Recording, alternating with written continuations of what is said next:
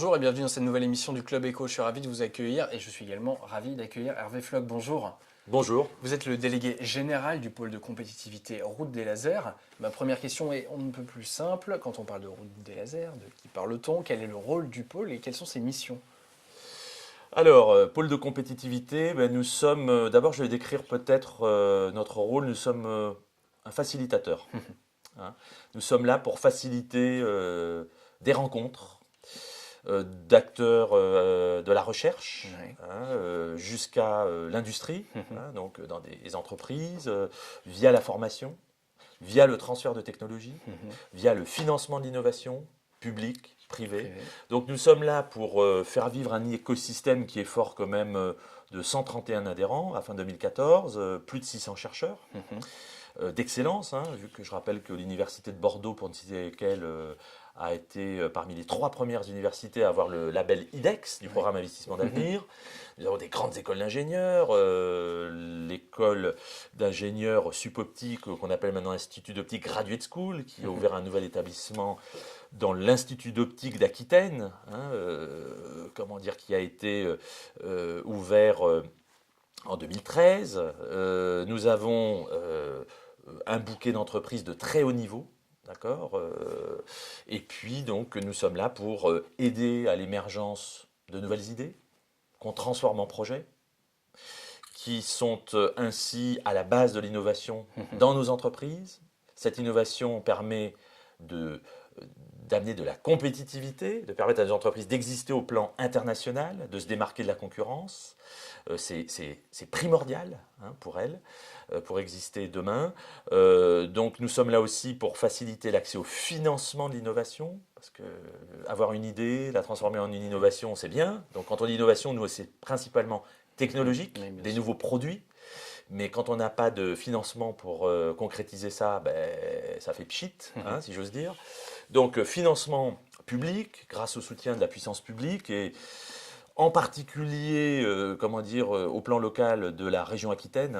Je crois qu'on a la chance d'être dans une région qui est très engagée dans l'enseignement de très haut niveau, d'excellence, la recherche d'excellence, et l'accompagnement de création de start-up, et l'accompagnement du développement d'activités des entreprises qui existent. Donc vous voyez que ça fait un bouquet très riche. Le pôle Route des Lasers est là pour animer tout cet écosystème, pour au passage donner de la visibilité à cet écosystème. Et puis à notre très belle région, qui est la région Aquitaine, où il fait bon vivre. Il faut Voilà. peut-être rappeler que cet écosystème, il est né d'un point précis. Alors vous allez faire l'histoire bien mieux que moi. C'est une décision politique, initialement. Oui, oui, oui, vous avez raison de faire ce petit rappel. En 1995, le président de l'époque, Jacques Chirac, décide d'arrêter définitivement les expérimentations nucléaires dans le Pacifique. Pour autant, la France entend garder comme pilier de sa politique de défense la dissuasion nucléaire, comme le disent certains de nos gouvernants, qui constitue une sorte d'assurance vie, d'accord, pour notre nation. Donc, ne plus avoir le boom dans le Pacifique, comment fait-on pour nourrir la crédibilité de la dissuasion? La dissuasion sans crédibilité, ça ne sert à rien. Lancement du programme Simulation par le président Jacques Chirac, qui repose sur la compréhension de la physique mise en œuvre dans le fonctionnement d'une arme de la dissuasion, évaluer les performances par la simulation numérique grâce à des supercalculateurs. On a en Ile-de-France aujourd'hui un des plus puissants calculateurs au monde. En Europe, je crois que c'est le plus puissant. Et puis, confronter le résultat issu d'un calcul à un résultat issu de l'expérimentation. Le laser mégajoule apparaît alors dans la photo. Il est décidé qu'il soit implanté en Aquitaine. Et cette décision va avoir un impact majeur pour le territoire aquitain pour ce qui concerne l'optique, la photonique au sens large. Laser et pas laser, je dirais. Donc même si par le passé on a eu un prix Nobel qui est venu enseigner à l'université de Bordeaux, Alfred Kassler, grâce à cette décision, on a vraiment boosté le développement de cette technologie qui est devenue aujourd'hui un secteur d'activité de bonne vitalité, très dynamique, qui crée de belles entreprises. Amplitude System, pour ne parler que de celle-ci, qui est une pépite vraiment de l'écosystème, illustre bien, je dirais, la dynamique de la route des lasers. Donc on a vraiment un écosystème très vivant, avec encore beaucoup d'idées et de beaux projets, dans la besace. Il y a un totem, on va dire. Il y a aussi l'action du pôle, évidemment. Combien d'emplois ont été créés sur ces dernières années? Alors, la dynamique route des lasers, avant même qu'elle devienne un pôle de compétitivité, vu que le pôle a eu son label, comme tous les autres, en 2005, Oui. La grande majorité des pôles, eh bien, a déjà permis de structurer au plan du territoire l'écosystème.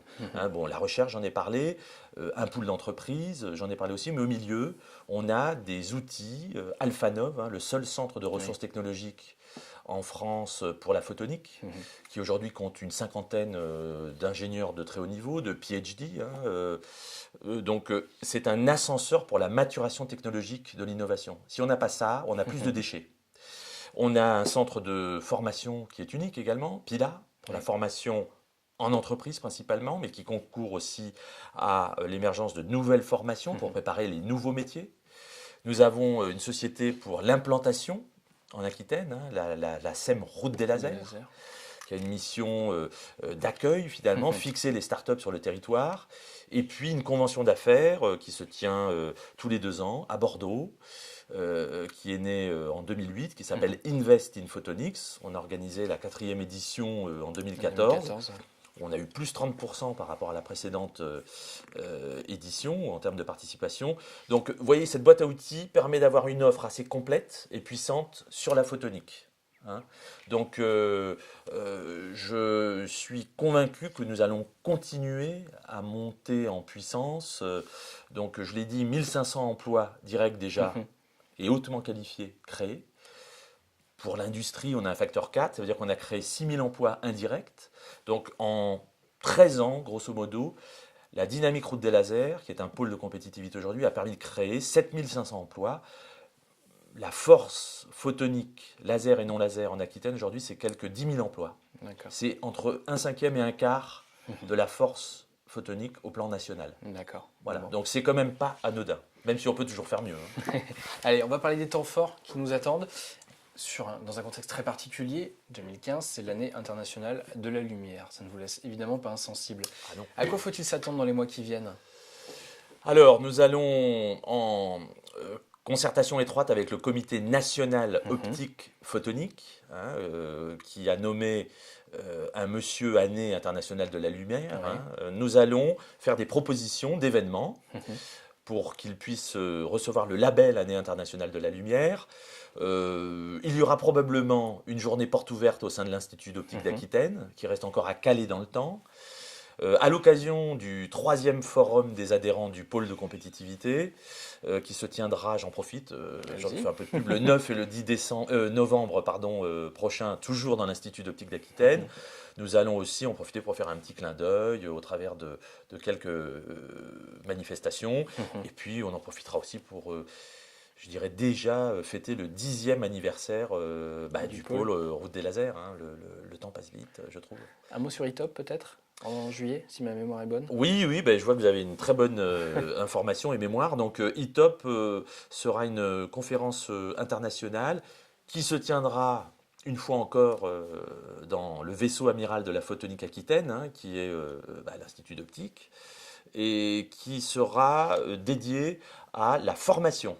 Parce que je crois que l'innovation, c'est important, mais la formation, préparer les nouveaux bagages, je dirais, intellectuels dont aura besoin ce secteur d'activité, préparer les nouveaux métiers pour nos entreprises, était également central.